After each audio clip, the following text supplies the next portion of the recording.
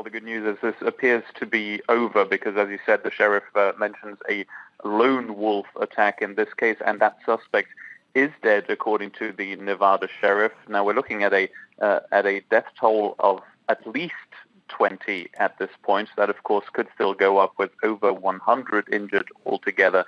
Now, among the dead are the suspect, first of all, but also two off-duty police officers. These were police officers who were either at the concert or at the Mandalay Bay Hotel and Casino where the shooting actually occurred. And then at the concert venue itself, there were two on-duty police officers. They were injured. They're among the over 100 injured altogether. That is, again, not a definitive figure from the Las Vegas authorities and from the Nevada sheriff.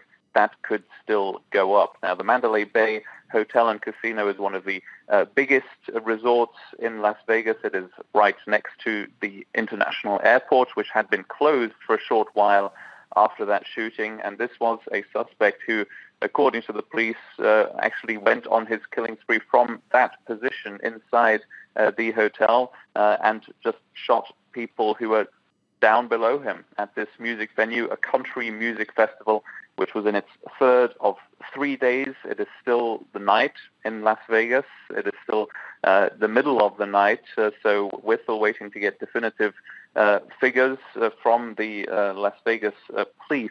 But the good news is this appears to be a situation that is over. As you heard from the authorities, there is one person still being searched at this point, but doesn't appear to be dangerous. Philip, as you said, it is very early there where you are in Washington, but has there been any reaction yet from the Trump administration? No, there hasn't yet at this point. It's now 5:30 a.m. here in Washington. This is something to which people here will be waking up right now, including the president, of course, who tends to be up early in the morning and will presumably, one can say at this point, take to Twitter and have something to say about this. But that's where things stand. This is an ongoing situation on the west coast of the United States. There's a 3-hour difference between here and Las Vegas, meaning that we'll have to wait a little to see what the first reactions are here from Washington. But undoubtedly, this is an incident that will define pretty much everything that people in their positions will say today, be it politicians, be it the president himself. This will be the story of the day, not just in Las Vegas, but also here in the U.S. Capitol.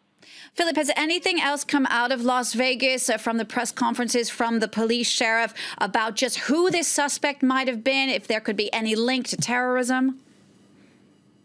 There doesn't appear to be a link to terrorism. Now, that is a question that will be asked very, very quickly indeed, because that is just one of the first questions that is always asked. Was this terrorism, be it of one or another type of organized terrorism? In this case, you heard from the sheriff there. He said this was a lone wolf and a local man. Now, that doesn't lead us to any types of conclusions whether this was terrorism or not, whether he was targeting a specific group of people or not.